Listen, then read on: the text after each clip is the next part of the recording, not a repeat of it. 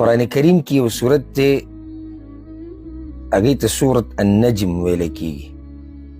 د سورت النجم کې 3 آیتونه دي. زه غواړم چې تاسو په هغې کې سوچ وکئ او انشاءالله فایده به درکړي دا سوچ او دا فکر.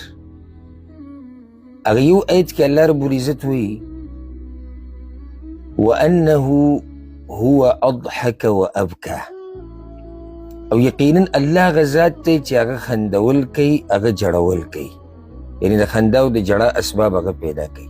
نو زه دا وایم هر ورور او خور ته هغه چې په هغه باندې غمونه راغلي دي، په هغه مصیبتونه راغلي دي، د شونډو نه یې خندا تلې ده، په مخ یې د غم آثار ښکاري یا اثرات ښکاري، کم رب چې په تا باندې دا غم او د مصیبت راوستی دی که نه، هغه په دې قادر دی چې ستا په دې شونډو باندې خندا راولي او ستا په دې مخ باندې خوشحالي راولي. امیدونه ترې ښه ساته. بل آیت دا دی وانه هو امات و احیا، الله هغه ذات دی چې هغه مړه کول کوي، هغه ژوندي کول کوي. که چېرته دا زړه دې مړ شوی که نه او د الله د دین نه لرې شوی او قرآن او حدیث او وعظ او نصیحت او د دین دا بیان په تا اثر نه کوي او توجه دې د الله عباداتو ته نشتي، نو بیا ستا زړه مړ شوی دی. دا زړه ژوندی کول دا هم د دغه الله کار دی. کوم رب چې د مخلوق مړ کوي او ژوندی کوي یا ژوندی کوي او مړ کوي، هغه رب دغه مړه زړونه دا هم را ژوندي کوي.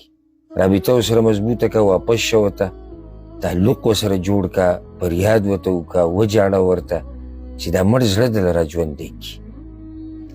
هماغه آیتونو کې مخکې یو آیت دا دی وانه هو اغنا و اقنا، او الله هغه ذات دی چې هغه مالداره کول کوي او هغه ذات دی چې هغه یو انسان لره غریب کی. غریبی مالداری در الله په لاس کې ده. نو که غریبی فقیری مالی حالات دی کمزوری دي، دا هغه رب سره رابطه مضبوطه که د کم رب په لاس کې چې د رزق پراخه کول دي، د کم رب په لاس کې چې خزانې د ځمکې او د اسمانونو دي. امید ده انشاءالله چې تاسو به زما په دې مقصد چې کوم زه کومه خبره تاسو ته کول غواړم په هغې به پوه شوي یې. الله رب العزت دې موږ د هر مصیبت او غم نه وساتي.